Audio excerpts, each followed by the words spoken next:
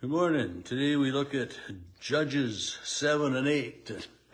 I started typing in Joshua, and then I finally put in Judges 8 and 9, and I had to switch that. So it's just one of those days that, typical. As we look at these two chapters today, God had commanded Gideon to attack the Midianites and drive them out of the promised land. And yesterday that was Gideon had asked for the sign of the wet and dry fleece, putting God to the test a little bit, making sure that God was actually there. And then chapter 7 begins with then Jerubbaal, that is Gideon. Why don't I just call him Gideon or what, but all the troops got up and started to go out against the Midianites. And God says to Gideon, you got too big an army. If you go in there and you round the Midianites with all of these men, they're going to give you the credit. And they're not going to believe that, that I, God, led you. So tell these, anybody that's afraid, go home. So out of 32,000 people, soldiers, 22,000 of them left and went home. So there was 10,000 left.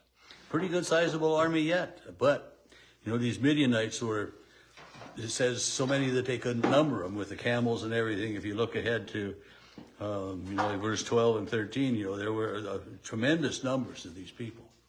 But God looks at this army of 10,000 and says, way too many yet. Take them down to the river and let's see how they drink. And those that, kneel down and just drink, but he kept the 300 that, would scoop some water up in their hand and lap it out of their hands like a dog would look, because that way they were able to watch and see what was going on. They were not totally, unprepared if someone was to spring up on them, but they were watchful and ready to go. And God says, take these 300. And with these 300 soldiers, 1%, less than 1% of what he had to start with the 32,000. God says, I will rout this army. I will rout all of these people, and I will give them into your hands. And he tells them, take trumpets, 300 trumpets, and each of these soldiers will have a trumpet, and each one of these soldiers will have a glass jar. And if you're not real certain yet, he says, take a servant and go into the camp and scout it out. And so Gideon takes a servant with him, and they go, and you wonder, well, how can they just go into this army camp? They all were, looking not too much different. They all were dressed alike. And it wasn't uncommon, in this huge number of people for some just to be wandering around, I'm sure, during all times. But they heard one man say to another, I had a dream. And the other one interprets the dream as it is the army of Gideon, that Gideon and his army will rout us because God has given Midian and all of the army into his hands. So God's put it into this soldier to dream and another soldier to interpret the dream that it's God, the God of Israel, that's going to lead Gideon, and they're going to be routed. So this huge army was there in fear of the Israelites. And so when Gideon heard this interpretation of the dream, they went back and they set the men up around the camp. And just after the third watch shift was done, they blow their 300 horns and they break the jars, making a great commotion. And this whole camp has been sleeping. And they're awoken by the noise, and they're confused, and they fight against each other. And they kill just many of each other, and they are routed. The whole army, everybody starts to flee. It says Gideon sent messengers throughout the hill country, come down and now help us to drive these people out, as far as, to just, completely drive them out of here. We have started the rout, come and help.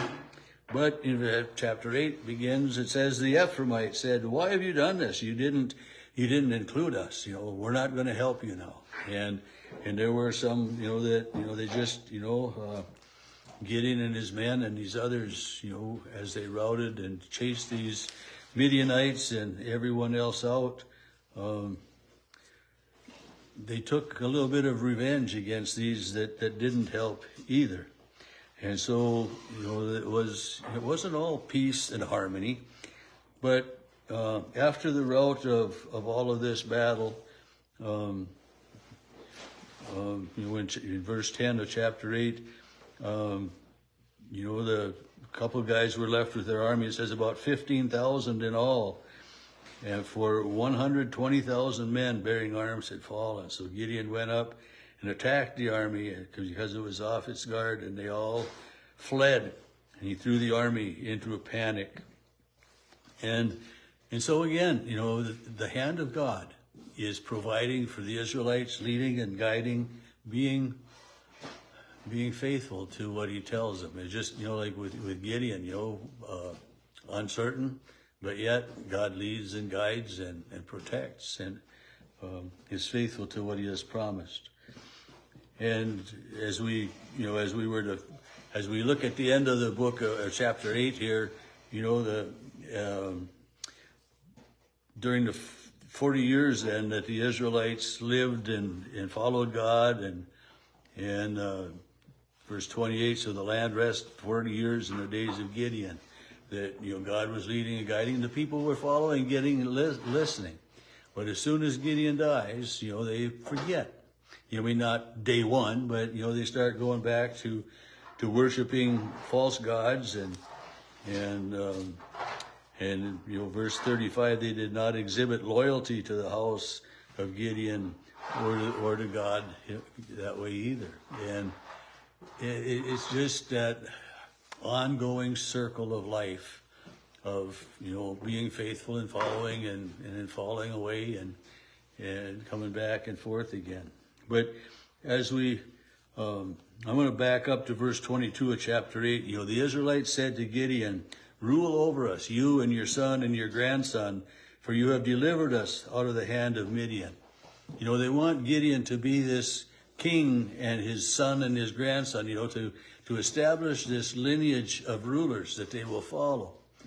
And Gideon says, it's not me. It's not about me. It's not about my son or my grandson. It's about God. He said, "I will not rule over you. My son will not rule over you. The Lord will rule over you." And that's why, with Gideon being faithful to God, just as God was faithful, that Gideon then was able to lead, to be this judge, to be, in effect a king, although they didn't call him a king. That comes later when they cry out, "We want a king." But part of the downfall began just after that, when Gideon said, "I'm not going to lead God as your leader, God as your ruler." But he asked, each of them for an earring or something of the booty that came from the conquest of the Midians. And within this booty, it was, I don't know how much, the weight it says was 1,700 shekels of gold. That sounds like quite a bit, 1,700 shekels of gold. And I never remember how much a shekel weighs in comparison to the day's measures and stuff. But so they cast all of that. It says Gideon made an ephod of it and put it in the town over Ephraim, and all Israel prostituted itself over it. It just never worked. It never worked, to gather things together and to make some kind of a monument or something, like this thing made out of all these earrings and everything. They could see it, and they began then to worship that instead of worshiping God. And, it's when we put God first in our lives, things go better. And I can't, but there are people that don't know God that have a lot too, but they don't have God.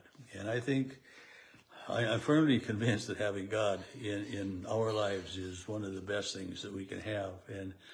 And to be like Gideon and to say, it's not about me, it's about God. And that's what faith is. It's not about me, it's about God.